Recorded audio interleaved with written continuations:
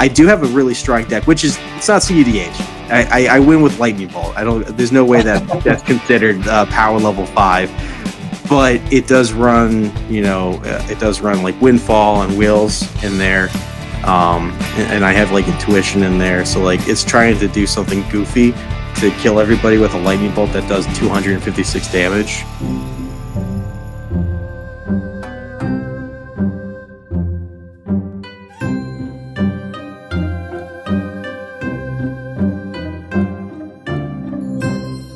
I think the first thing we could start off with is your background with gaming before the store was in its starting point and to where it is now. If you can give a little bit of a backstory about yourself and how you got into gaming that eventually led to Divine Games. Yeah. Geez. Whew. I mean, the beginning of me getting into games, I think I was like 8 years old. I think Yu-Gi-Oh was a new thing that was like kind of coming out. I got the kids around me were playing that. They were playing Pokemon or collecting Pokemon. So I kind of got into the gaming very young. I didn't get into Magic until kind of later on.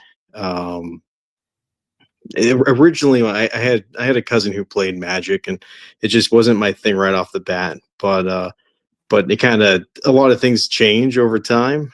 And over 2 decades later, I'm here now. So it's kind of a crazy, wild adventure, and it's probably one of the best hobbies. Playing card games is probably one of the best hobbies anybody can really have. I've met so many people through this, and it's such a great experience. So I mean, I think the best place to kind of start off, when I married my wife and we were having a kid, and going back then, she kind of, she wanted me to stop spending money on cards. She was, and like, I get it. Like you don't really think about it too much, but like over the years, you spend a lot of money on cards, and it can cost. It could be an expensive hobby. It could be more than Warhammer, one of the miniature hobbies, So I made a deal with her. I'm like, all right, well, let me do this. And like the cards that I don't use anymore, what if I sell them? I'll keep the money separate. If I take that money and I use that, can I use that to buy more cards? And she's like, that's great. Do that. We don't have to worry about it. So then, I kind of had a TCG account way back then, even before I met my wife. Yeah, but like I barely used it. I like once in a great while, I would use it. So, but this at that point, I was actually kind of putting bulk up there. I was listing. I think I got to a point where I was like listing over 3,000 cards. I was like selling like 400 or 500 a week. I was buying cases at that point too. I was buying cases, cracking them all open myself. And it got to a point where my wife actually started helping me too, and she kind of did I think all the shipping for all the orders for like almost a whole year, and we kind of did that for a while. And there was an opportunity, right? Like we had the ball kept growing, the amount of cards kept growing, and we're kind of doing the operation in like our basement, and it's not the greatest place to do something like that. So like we're trying to think of alternatives. And my dad, he retired, but he used to have like an old he had like a commercial building, two units, and he wasn't using it for anything, right? So I go in there, I kind of renovate the front half. It's the whole thing's like 3,200 square feet, but like we didn't renovate the whole thing. We like renovated like, I don't know, 800 square feet at the front of it. Cleaned it up as best we could. I only had like 2 walls for product because it's small, right? It's like Right. more of like an office area, so there's like little rooms in there. You can't put product in the rooms because then you can't see anything, right? So like, you need like more of an open space to do that. So we kind of I filled it up with some stuff. I got a distributor, which I'm very happy with them. And they kind of allowed us to like ease into everything. We weren't buying too much enough to like fill it up, right? Like I've worked in retail in my life, so I've been able to know, so we make it look good, and it kind of kicked off. We did a like a soft open last year in April, and it just really kind of kicked off, and like there hasn't been a card store in the area for a really long time, and we kind of filled like a gap that just wasn't there, and our community just keeps growing every day. We have a lot of casual guys who love playing Commander. I've been playing Commander for the last 10 years of my life. I have way too many Commander decks. I don't even want to say that number. Um, but like that community just came out of nowhere, and people were really loving the place. They love my staff. I have some really good guys, and that makes a huge difference. The guys that I have too, I've known for almost a decade. One of them I've known another one for over 2 decades. So it's like close to them. And then just kind of month after month, we had goals. We keep hitting those goals. We keep growing. We do it in baby steps. We pulled another guy in who kind of helped invest a little bit too, and he's like me. He just assists in like kind of the background, but like we put a lot of hours into it, a lot of hours. Um, and then we finally get to a point. I'm selling those 2 units now, and we had to move out of there. We need a bigger place. It was getting kind of tight in where we were. Like I think like we could hold like 32 to maybe 36 comfortably, maybe. But and like the old place was cool because like you could close one of the doors for the office and like have a separate like private D&D session, or you do a private like big Commander game, playing like something like Kingdoms or something crazy like that, which my community loves that stuff. They're really into the casual side of Magic, or at least my biggest part of my community. So, but we were looking around. We found another. We didn't want to go far, so we found another place in Walpole on Main Street, right next to Arita, which is I don't know if it's like a custard ice cream shop. They do Okay. custards and Italian ice. They're really good, dangerous. Man, I don't know what I was thinking. Yeah, that's where all my extra money's going to now. But we found there was a place next to there, and it's just a big open, high ceiling, very very open. We did have to do some renovations, but the landlord was fantastic. He worked with us, and he even took on some of it financially too. Like he was good to us. But once we did that, we kind of moved everything in, and it took a little bit to fill it up with stuff to fully fill it up, because like there's just been there's so many releases back to back, and these distros are trying to get all the stuff out, and it's just been crazy last 5-6 months, I'd have to say. Um, but yeah, now the place is like fully packed with stuff. We can go up to 48 players comfortably. I probably could shove 2 more tables in there and see what happens if I really needed to. Um, but I mean, 48 is more than enough. Like if I'm running out of room with 48, then like that's a good problem to have. Right. Um, Definitely. yeah. So, and then I mean, there's a lot of different things on the way, but like it's just been a crazy ride. How long was it from the first location before going to the larger location? How many years in between was that? Yeah, so I mean, we're still relatively new. So like April, we were only at the small location since April of last year. So we opened in April, I think mid-April actually, and we were there until the first week of January of this year. So it wasn't even we weren't even there for a full year. Um, Now, the online store, the online shop with TCG, I've been doing that for like 5+ years. So like we were mostly online, and originally my thought was like, if I'll use the small space up front, it's a nice temperature controlled area, just a lot more room to store everything that I have.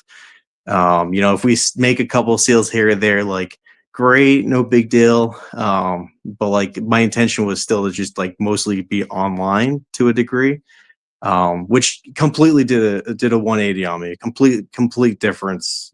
I think my online sales is like 20%, 25% of my business now, which is insane. But we've been at the new place since we did a grand opening on the 25th of January.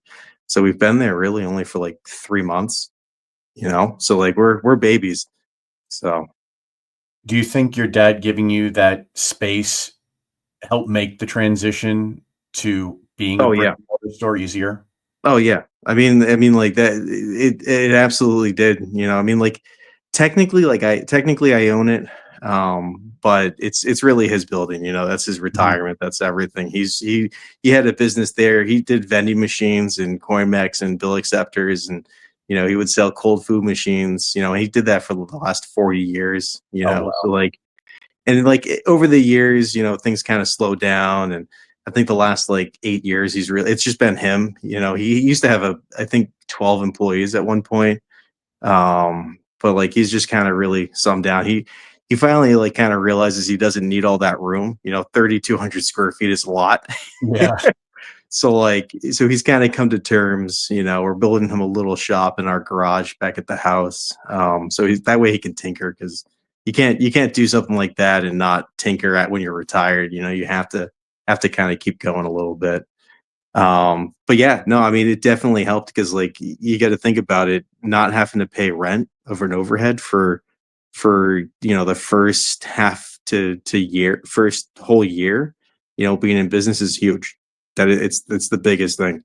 Like that it's like having half of your cost subsidized. I don't pay myself. Like I think most owners don't do that for like a while. It's like a long-term investment that they put into it all. um but like the two biggest, most expensive stuff in business for doing something like this is rent and employees. Like that's the most expensive part to it, which is crazy. So Do you think you would have made the move into retail had he not had that existing space? you know and Frank, like it's I think even when I was like younger, like I always wanted to kind of have my own store, and like I think I went back and forth to like 3 or 4 different locals. Some of them aren't even open now at this day. Actually, a lot of them have closed or moved. But like I always thought, like if I owned the store, I would have done things differently. I would have probably done this or that. I probably. I mean, I bet many players kind of get that same feeling. They see things and like I'd probably do something different. You know, but like I think what sets us kind of separate, and I think a lot of people kind of see that, is that we're still players. We come out there and play with the crowd. We'll take turns and try to. We know on our side, like the whole team, like we need to be able to get our hobby out too, because that's why we do it. That's why we love it. If we don't do it, then we're going to start hating the games. We don't want that. But it also gives good engagement, because the communities know us. They know Tony, they know Andrew, they know Zach, they know me. And you want to, and I've always been someone to want everybody to have a good time. Like if you're playing a game of Commander, like even if you lose, because you're going to lose 75% of the time, right? Like Mhm. you should be losing 75% of the time. But like when you play it, even if you lose, you should still have a good time, right? Like so like I pulled off some cool things during that game. I was able to stop someone from winning. Like there's just a lot of aspects to Commander, right? And Right. so that but I think for us, because we're still engaged like that, and we still kind of need that, we're very open to criticism and feedback from our customers. We kind of utilize that to try to become better. You know, every day that I go in there, I look at it, I'm like, what could I do differently to make this store better? You know, what could I do differently to make my customers, my community happy to be here? You know, and that's a real thing. What do you think by having that opportunity to still be a player? Because I know not every store has that luxury. I know a lot of them, like yourself, got into it because they love gaming and all that, and then the store kind of consumes them and takes over. You know, How and I think in that aspect, I'm lucky because, the, I'm not the sole owner. I'm just the massive majority owner. Originally, I was the full owner, and I always believe to like kind of, if you're going to invest a lot of time into something and and shed blood into it, and sweat, you should have a piece of that, So my team, they're all my friends, right? Like I've known these guys for years, over decades, you know. Um, I brought the ones that I trust, that I love into it, and they're part owners, and they really kind of, we all shed into it, but the nice piece to that is the fact that it allows us to take turns to be able to still go out there and get a game in, and like it, you don't you don't ever want to lose that drive, like there's aspects to the hobbies that you love, and like you got to sometimes just sit back and just pretend to be a player. That's it. Like you're just a player. Like I'm a human being, just like anybody else. I love going over there and playing a game, a 7-person kingdoms game of Commander. I still love playing Yu-Gi-Oh. Like I'll go out there. I have a current Blue Eyes deck right now, with Primites, which is, I don't know if we consider it tier 1, but it's good, right? I still love playing that, even though sometimes you just get blown out in that game. It could be lopsided. Um, but like, and here's a great example. Like my son, he's just learned how to play Pokemon. And we've been doing Pokemon on Sundays for since we got into the new place, which has been kind of doing like a free play, learn how to play kind of Pokemon feel. And I brought my son in, he learned how to play, and then he's just kicking my butt now. And like I know how to play Pokemon now because of it, but like his Pikachu deck is good. Like I don't know what to do against that. So what kind of feedback has being an active player still within the community? What kind of feedback has that given you for the store that if say you weren't able to do it, you feel you may not have been able to obtain? You know, and that's actually a great question, Frank, because actually back around right before the holidays, right? I think it was like around fall time. There was just a lot going on. We were uh, we were expanding. Dustborn was a great set. That was just a really busy time. I had so many different things I was trying to get done, and like we always had the plans to move to a new location in place, right? Like we knew we couldn't stay there for too long, because we were going to sell the building. So because of that, I just got swamped, right? Like I was taking on a lot of things on my own and letting the team kind of run a lot of stuff, the day to day, the events. And I was just trying to do so many things with prep, to the point where like I remember and I would consider them like leaders in the communities. I remember them coming over. They saw me come in and they're like, Evan, when are you gonna play a game with us? We're gonna play a game with you forever. I'm just like, oh, guys, I'm sorry. Like I've just been so consumed with this stuff, and there's a lot to do. There's a lot to do, and we're still new, so like there's a learning curve too. You know, Hmm. and some stuff takes time to really get it down and get a feel for what works best. But that it resonated with me, because like, and it's not even just Magic. Like there's other communities too that I've been engaged with, like Yu-Gi-Oh. I remember I around the same time too, one of our locals, one of our regulars, was like, Evan, when are you gonna play a game? When are you gonna come over and play some Yu-Gi-Oh? We haven't seen you forever. And I'm like, oh, man, I gotta do that. Maybe this Saturday. Maybe I'll try to sneak away and play a couple games. And I do it for fun. Like if I go out there and I play, if I'm sneaking into a Yu-Gi-Oh tournament, I'm like, I don't care to win. Like if I beat someone, I still give them the win because I don't care. I just go in there to play a game of Yu-Gi-Oh. Like that's just I just love the games.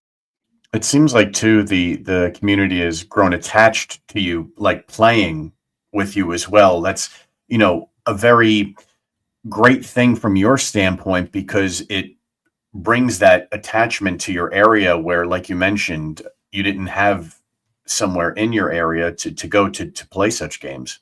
Yep. Yeah, no, absolutely. I mean, like, and I wouldn't say I'm the only owner that would play with people, right? Like, I know I've heard and known some other owners that play with them, or once in a while they'll pull out a deck and try to play. And like, I think we kind of used it as a tool.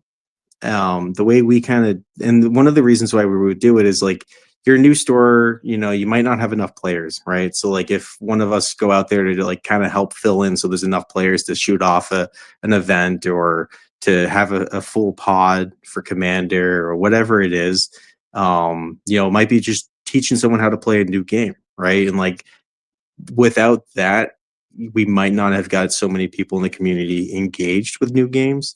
I know some people who are playing Commander that used to be Yu-Gi-Oh players, right? And like, and we just got them engaged. They still play Yu-Gi-Oh, but they love Commander, which is a great thing to love because it's a casual game. I think it's the most popular format in Magic still today.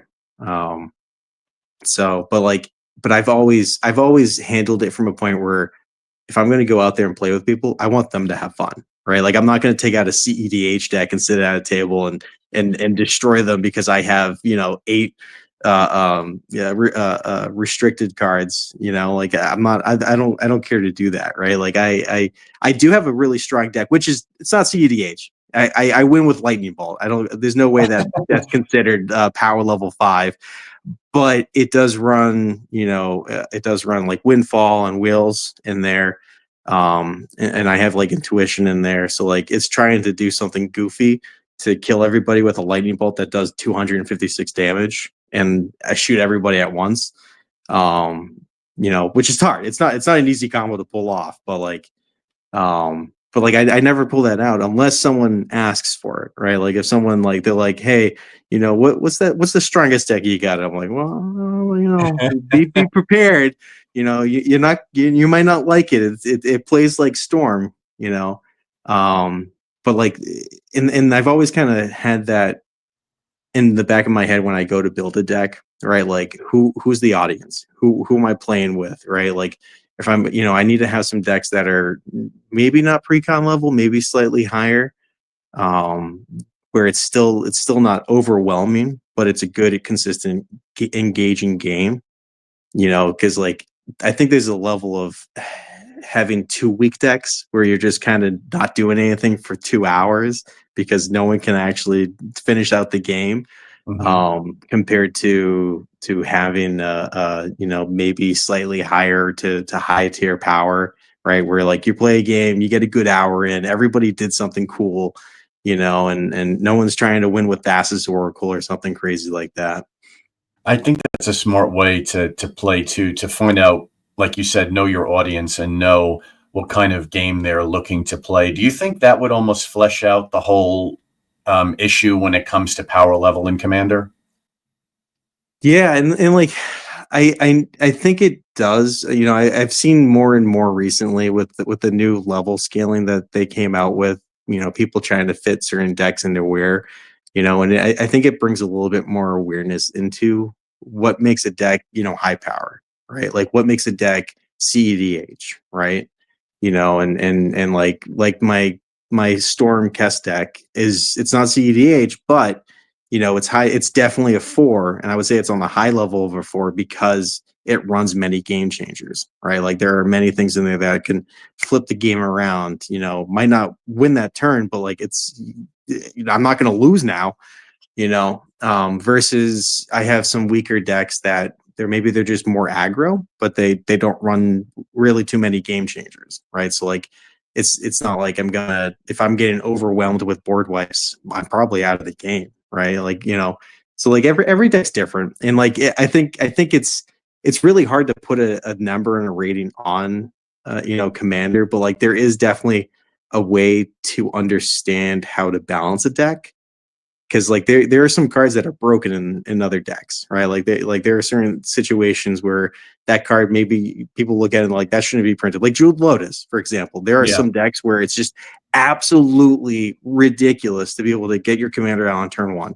And then like other decks, like if I was playing in like a 5-color, commander, and like I just used it for like 2 pips, like it's not as overwhelming, especially if my commander is like a 6 CMC or a 7 CMC, right? It's not going to be that overwhelming unless it's Mildrothic, because if you can keep getting it back over and over, that's stupid.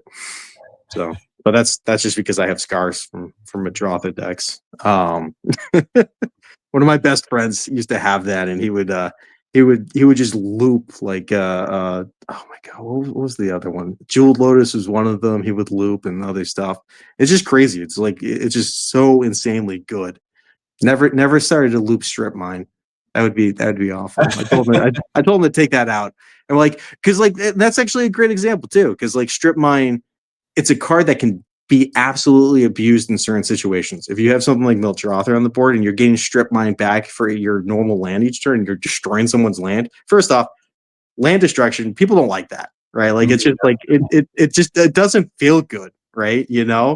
Especially if like and the feeling's the same feeling you get when you get landlocked at the beginning of the game, and you take that risky hand, and you don't get a land for 5 turns, and now you're super behind.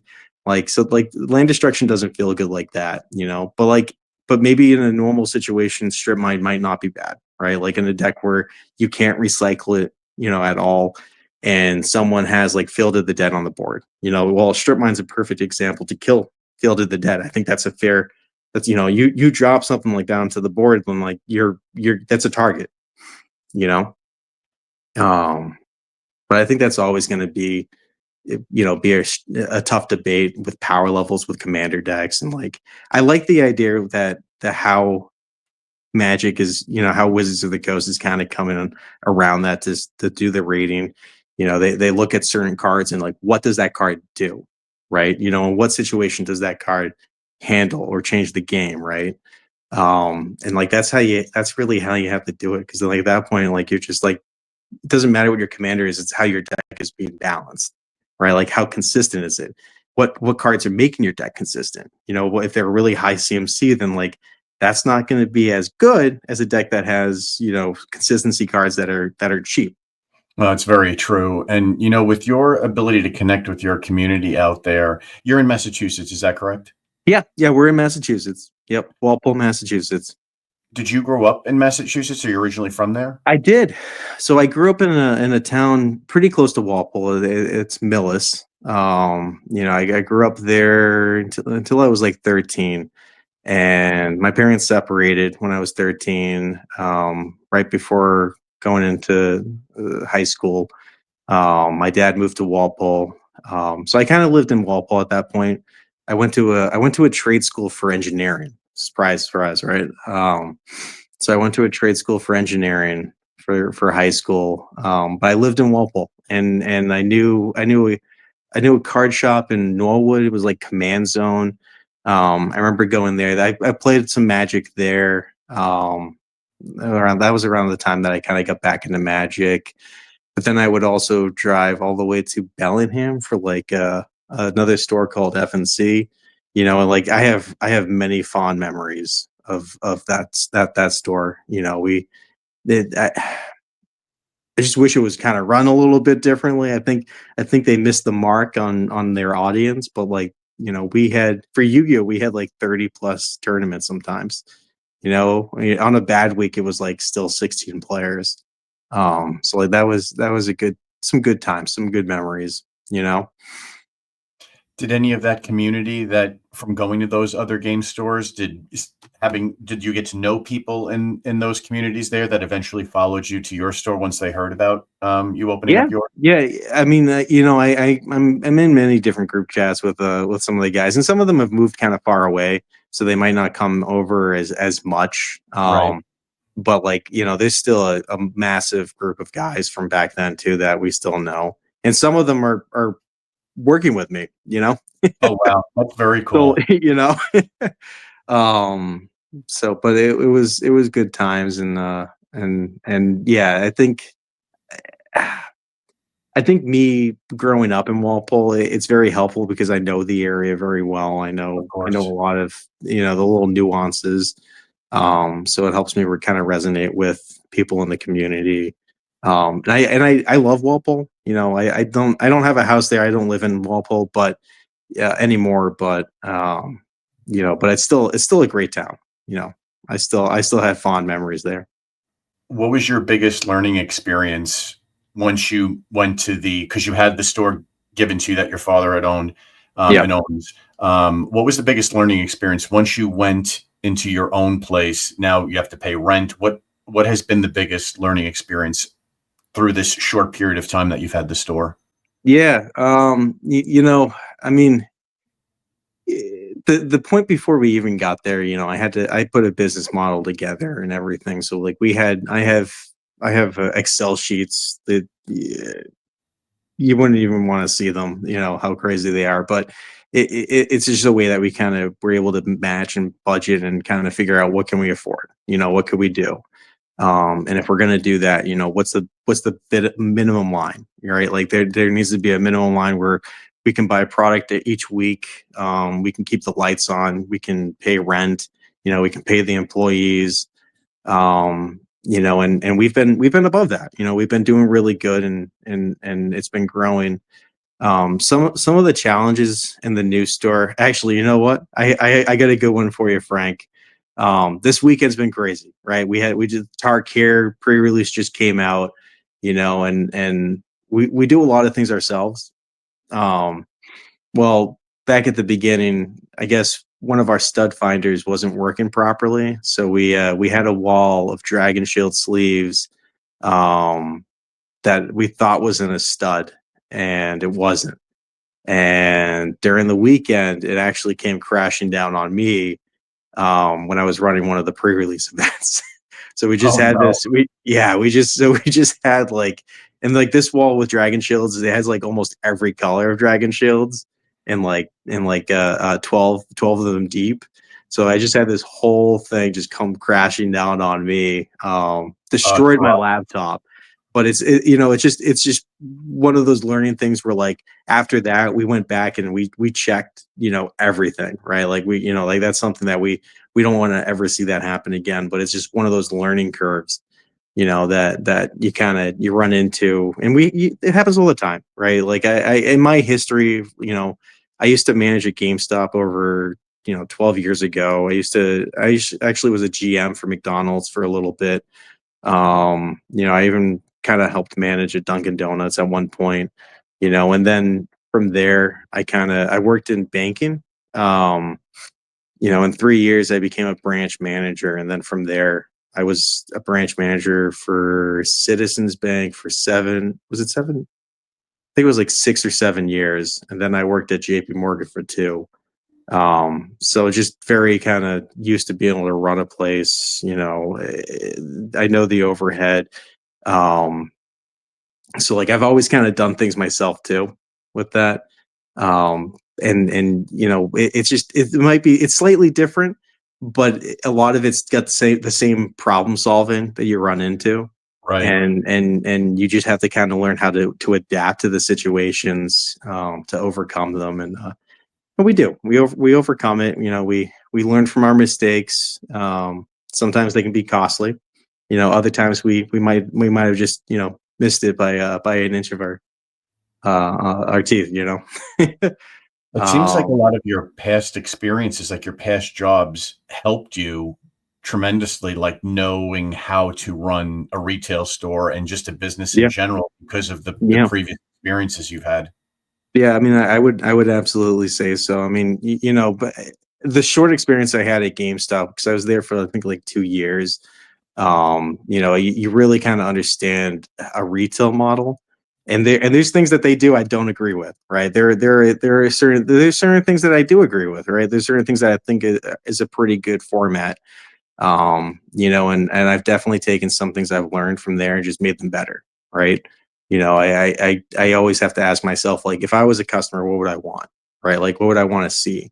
So I think that's very, very important, and me when I worked in the financial industry, I that was where I was able to really kind of hone in on my customer service skills, my communication skills, my management skills, and many more, right? Like that's where I was really able to kind of define myself.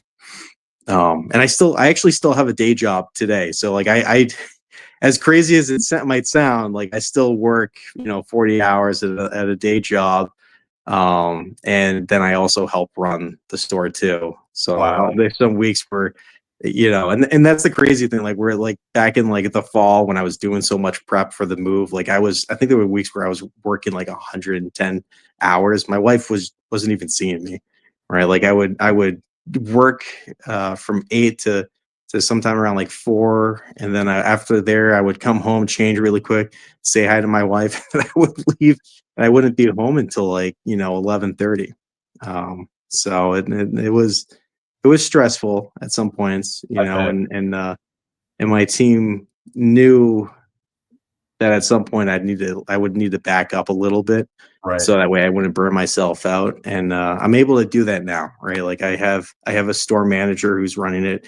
He's got a really good assistant manager, that's helping him out, and we still have like one of the other owners that is there, he's there like 40 hours a week. He's there pretty often. But so, and he kind of he helps out where he can, where with his specialty. Man actually can sort cards faster than anybody I know. That it's so impressive on how quickly he can sort cards. So that always blows me away when I see it. So It's quite, amazing thinking about the notion of working full time and running a game store, and then, having the foresight to realize I have to take a step back, and you have, your employees, like you mentioned, who help alleviate that. I'm sure there's still a lot of stresses involved with running a game store. I'm kind of curious as to how you manage those stresses that occur naturally in any type of business. yeah, I think a long time ago, I had to learn how to kind of separate the personal home feelings with work, right? Like it's a tough thing to do, right? And even the best people that are good at it, it can still bleed over sometimes.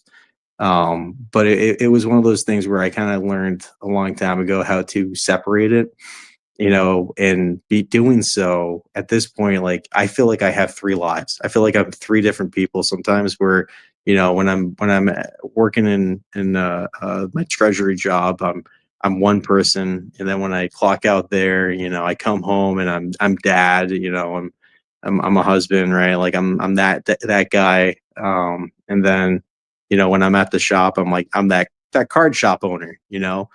So it's like I have like three different, and it's still me, but like I feels like I have three different lives sometimes.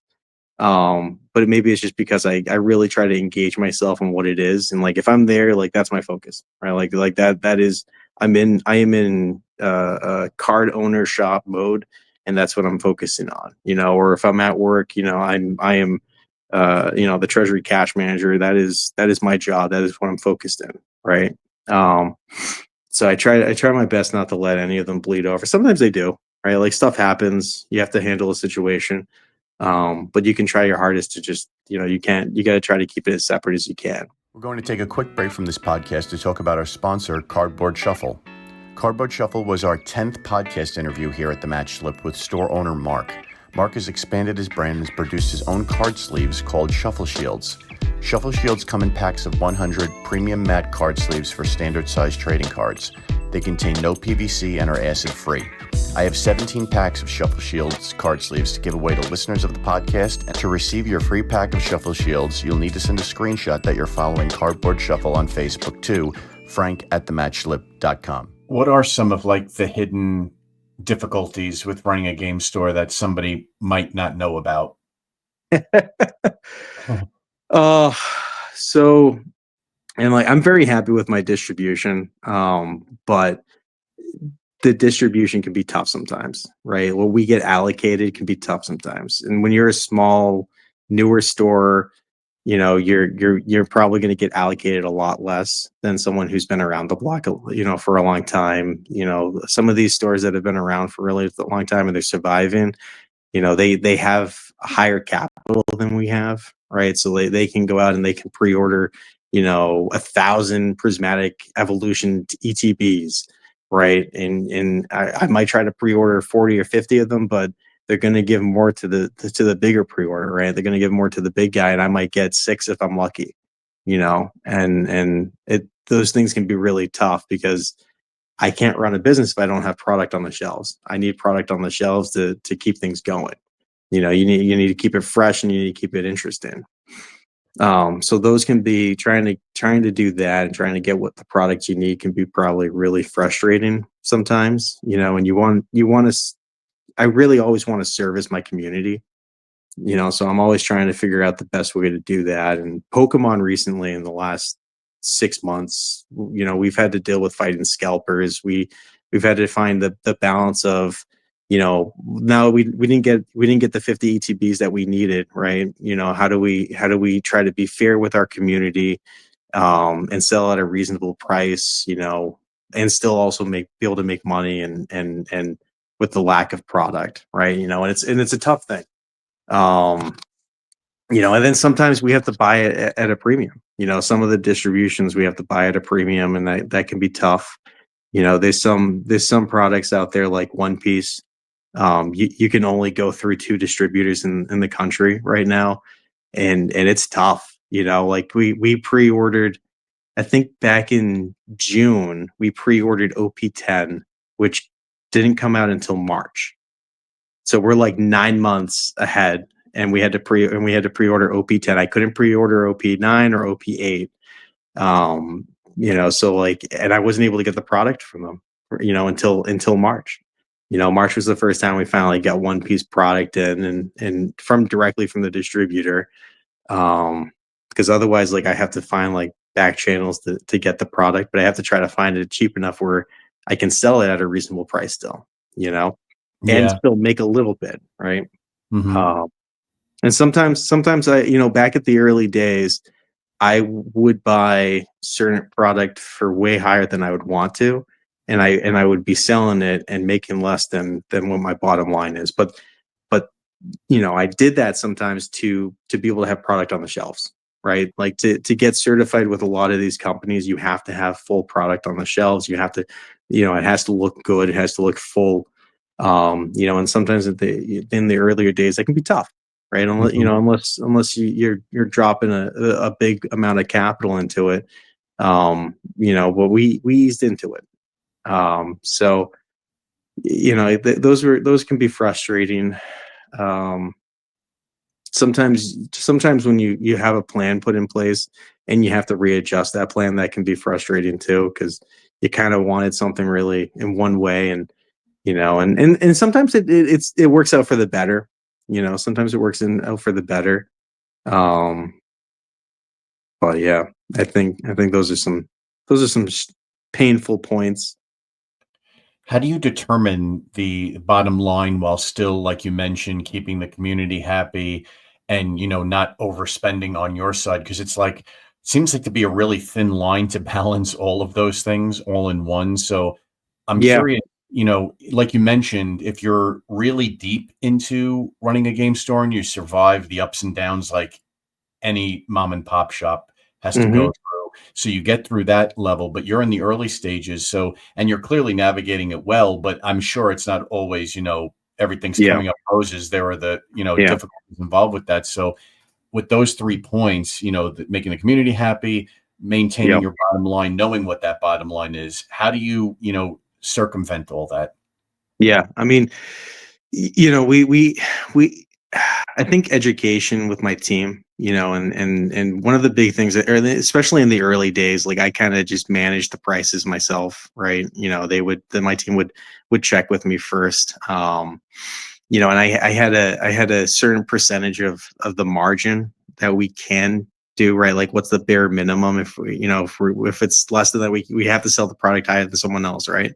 Like that there. So there is that line that we kind of have, but then there's also a ceiling, right? Like there's a point where if the margin hits that percentage, I don't want to sell it any higher. Even if people on TCG Player are selling the same precon for $400, and I'm selling it at $199. I'm still making good, right? Like there's still a margin percentage. Like I might be making more than I normally should, right? Or more normally should than anybody should.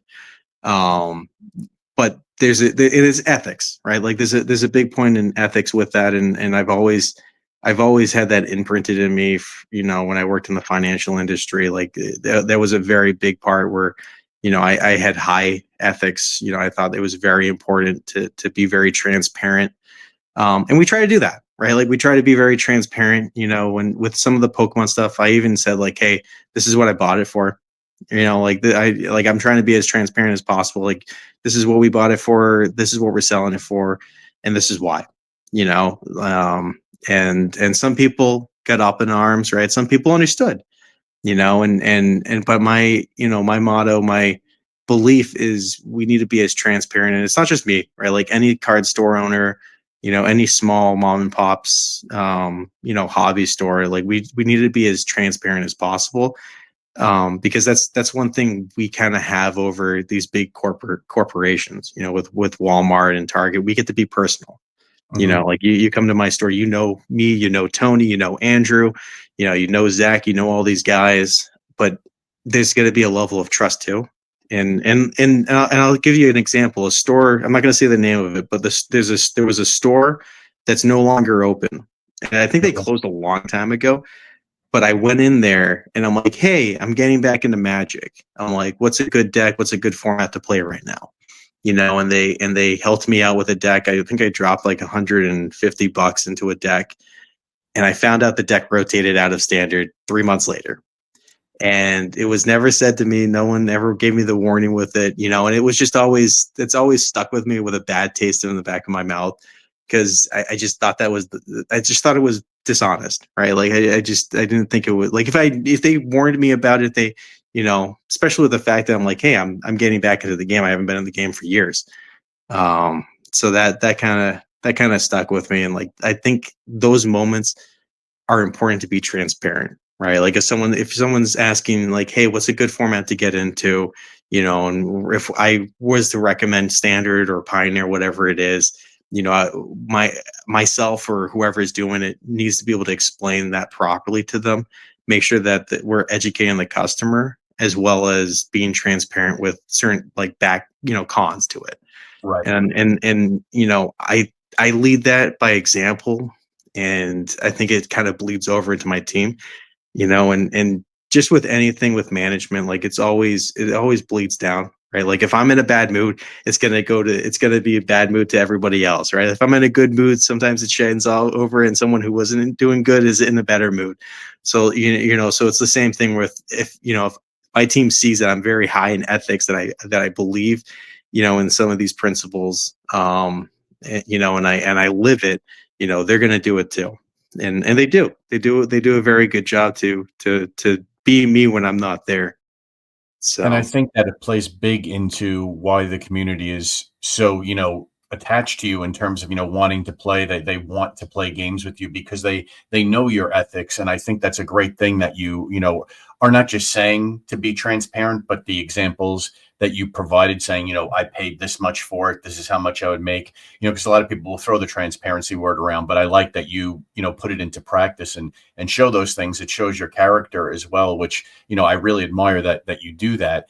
Do you think, when you do stuff like that, as you brought up, some people will get up in arms about it, even when you are straightforward with them. How do you almost accept that? I mean, because that could be, I would imagine, it's difficult. tough. I think one big example was prismatic evolution, and I think we've changed our strategy 3 different times now with Pokemon, and like I don't know if there's a good answer to it right now. If someone has a good advice, let me know. But with prismatic evolution, we were trying to protect ourselves from scalpers. And we had them listed for a really high price, right? It was still less than what Amazon were selling ETBs for, like 150. I think I even saw some stores in the area, or in a 40-mile radius, that were selling them for like 150. we had them listed for I think about 125, but we had it where if someone bought it in store, we were taking I think we took 25% off. In some cases, I think we ended up doing 30%. So people were buying the TVs for less than $100.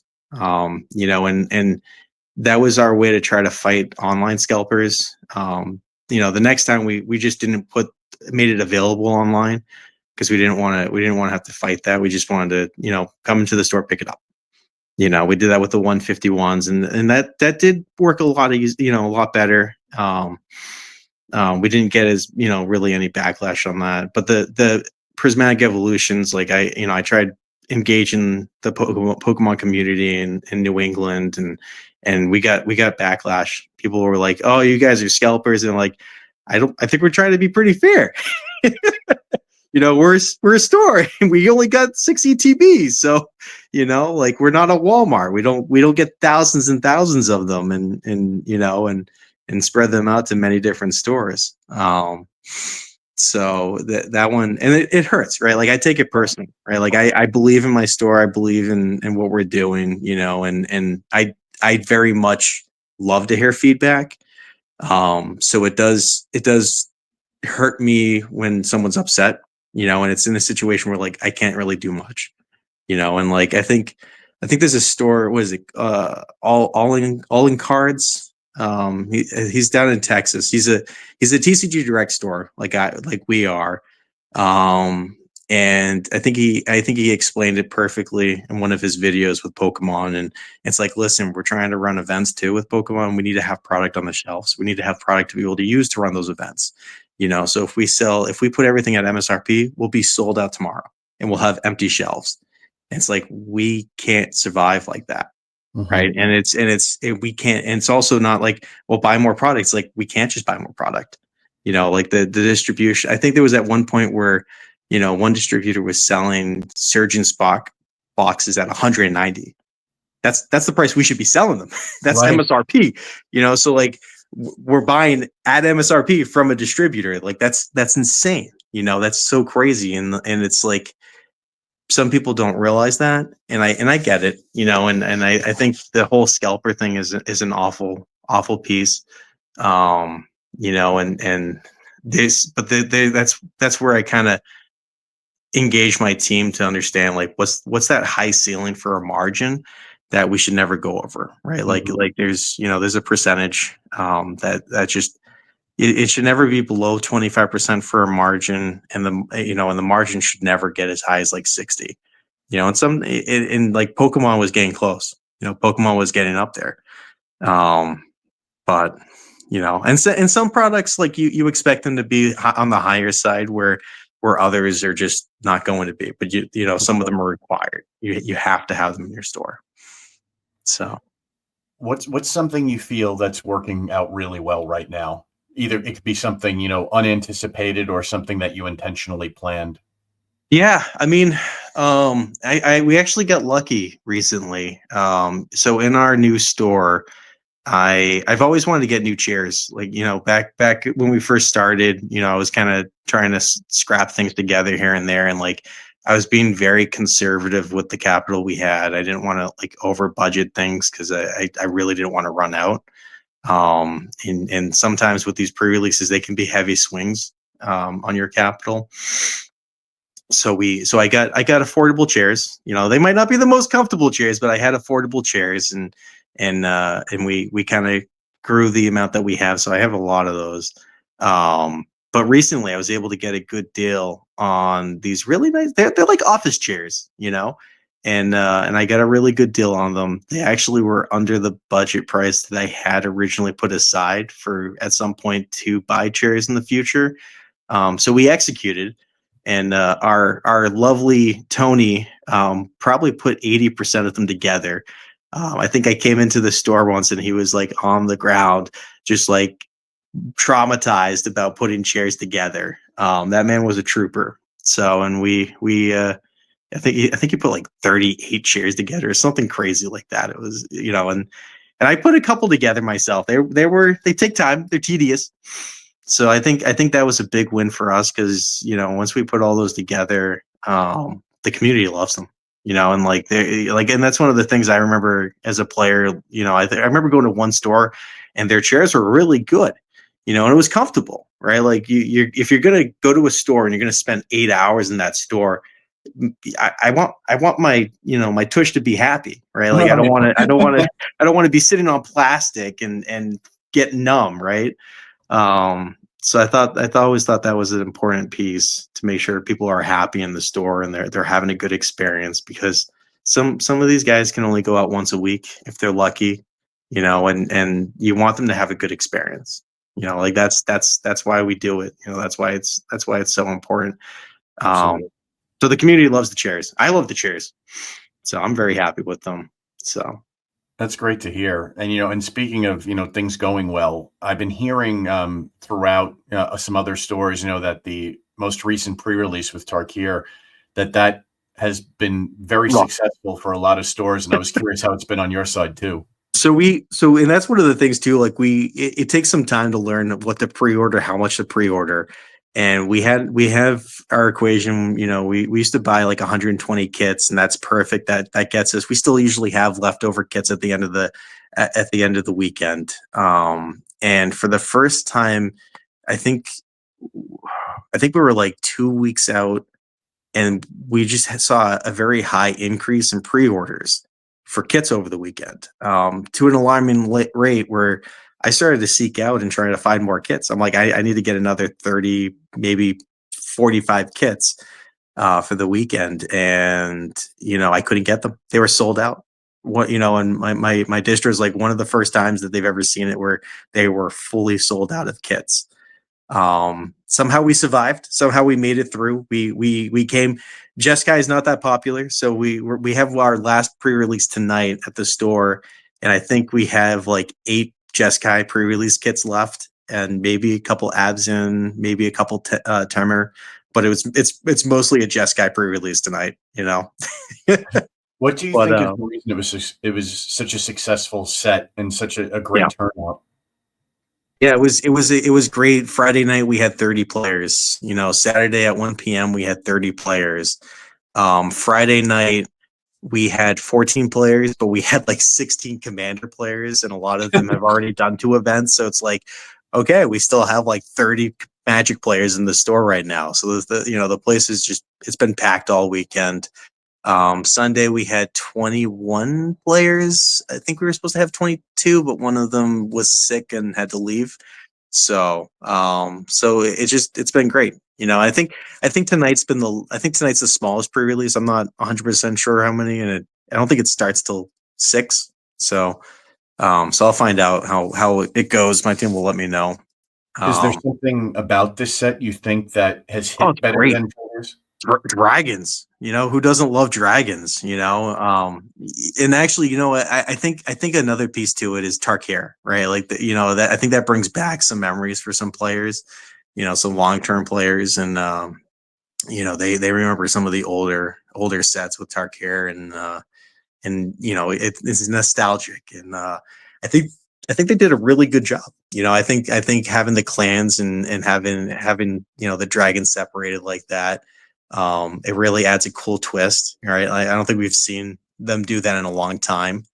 So we kind of made it sure people get to play the clan that they wanted, or had the opportunity to play the clan that they wanted. Mardu's the most popular in my area, so I don't know if that's the same for other stores. I'd be curious. Um, Sold out of Mardu really quick. But I thought that was a cool twist to it, and there's some really good cards in there. I don't think I think this might be one of the stronger sets in the year. I think this might be one of the better sets in the year. It's just people love playing dragons. It's fun to draft with. One crazy thing I did notice over the whole weekend is I don't remember getting a judge call once. I can't speak for the rest of my team, but and I was there for a lot of it. I don't remember hearing a judge call. So, and usually when that happens, it tells me that the set itself isn't overcomplicated.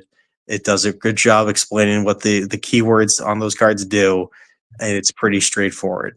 And and sometimes it could be just a good community that know how to communicate with other people and help people out. And we have a lot of new players or coming back players that have come over the weekend that we haven't seen before, and some of the regular local guys, they're in that crowd too, and they're helping them out, teaching them what LifeLink does, and how powerful it can be, when you're 5 turns in and someone's at 38 life. God, that someone told me about that, and I was like, oh my. So I think it was a great set because of just dragons, nostalgic, a lot of cool cards in there. So I think every time someone pulled an Ugin, people shouted in the store. Yeah, I should ban Ugin in the store. That's what I should do. Yeah. That card's silly. Oh man. But no, it was great. It was a great set. And as we kind of wrap things up here, Evan, I wanted to kind of look towards the future of the store. And what is something like futuristic wise? It could be far down the line. It could be something in the immediate future. Anything that you foresee for the store that you'd like to see come to fruition? Yeah, I mean, I'd like to see. I think one big thing that we're going to kind of change our focus into is growing our competitive community. We have a huge casual community that play Commander. That they'll do draft, they'll do sealed. But one of the hard things in Magic is to pull in some like competitive players like Standard, Modern, Pioneer, all those other side formats, even Pauper, maybe Legacy. Pulling those communities in can be tough because they have their FNM, they have their store that they usually go to, set up. They usually play regularly. So trying to pull that crowd in can be tough. But we've done it with other games. We've done it with Flesh and Blood. We've done it with Yu-Gi-Oh. We're currently working on getting One Piece going. And we have a casual group that plan on coming up on Tuesdays. So trying to grow that's going to be one of our big goals, and what comes into the future, I don't know if I said this, but we're a TCG direct store. So we're partnered with like TCG Player. We use their POS system. I have insight meetings with their one of their specialists that it's a coach, right? So they coach their stores to try to help them make good decisions, and maybe if I'm running into a snag, they can give advice that they've heard from other stores or that they know a good solution to. So that's a big thing that I have to be grateful for is how much help TCG has given us, and their engagement with support too. For getting those other games started, like in terms of other formats and more competitive, like you were mentioning, is that just come down to marketing from your side? Yeah, I think marketing is a big piece. Knowing what events are being played at what stores around, I think is important too. And it's a trial by fire. I tried doing something on a Friday night, and I realized that another store was getting the big crowd on Friday night for that event. So I'm like, I have to move it to another day. I have to try something different. So we're gonna try to do some extra marketing, maybe do a box tournament, something that can pull people in. Because that's what we've done with like Yu-Gi-Oh. Yu-Gi-Oh. We still do it. We do a box tournament on the last Saturday of every month, and that pulls people in. And it takes some time for the word to get around, but like that, I think every time we do a box tournament, we get 20 plus players. So, and now regularly, both our Wednesday and Saturday usually get about 6 or 8 players at the minimum. Wednesdays usually are 16 and up. So, I remember the days when we had three Yu-Gi-Oh players come in. I remember the days when we had that, or maybe 5. And it's like you got to be good on prize support, right? And like that's a big thing too, that we're pretty. I think we're pretty transparent on how we calculate prize support. We don't try to make money off the event, right? Like the event is not really the goal to make money off of. It's to pull people in and have them make sure they have a good time. So we keep that very much in mind when we allocate prize support. And I know for a fact that we do better than some stores in the area. So, it just takes time for people to come in. If you don't have a crowd coming in already, you get one player that comes in to check it out and they're like, oh, you don't have any players. Oh, you're not shooting off. So they might not ever come back. So like the way we kind of work around that is we try to get them to join the Discord. Discord's been a big help. That's like, that and Facebook are, I think, the centerpieces of our community where people communicate. But Discord's huge. So, And if you can give me paint a little picture of like, walking into your store for the first time, how you all have it laid out. I'd like to just get like a kind of like a visual. Yeah. So you walk into our store. There's like the first little half of the store has a low ceiling. So when you walk in, we have like a little island and then a little gondola. To the left on that wall, all the way down is product. We have a little section on that wall of Warhammer. We have like two Warhammer sections, I guess, two of the stands or the stacks. When you go to the right, we have you kind of go in through a little opening lip, and it's not little, it's big, but you go in there and we have like a counter space, glass counters all the way down, making it like a big L. And that's where the front is where we have our two POS systems, two registers over there. We have a back wall with all the boxes for packs. And that's pretty big. We get a lot of stuff on there. And then there's like a little command center to the left of that where we set up our HDMI splitter, which it broke over the weekend. So that was another challenge we kind of ran into over the weekend. That broke down. But we have like that in the audio system there, and we have like a little wall behind the table with all the Dragon Shield sleeves. So I was at that table when it fell down, and I was like, but we have that. Behind that wall, we have a stock room. It's not a big stock room. I have both my store manager and my assistant store manager's desks back there. It's enough room to be able to sort cards and have space to have all the bulk. So that's a lot of the stuff that they do back there is that, and some little other things. But then outside of that, when you walk into the store, if you just go straight, you go into the big opening where it's just a big open store. High ceilings. We have banners and stuff hanging down from the ceilings. All on the way back wall, we just got two very big screen TVs set up that we're really happy with. So we heard our customers that couldn't see the pairings on the TV, and because it was too little. Our little 32-inch TVs were not working anymore. They worked in the old place, but in the new place they were not working.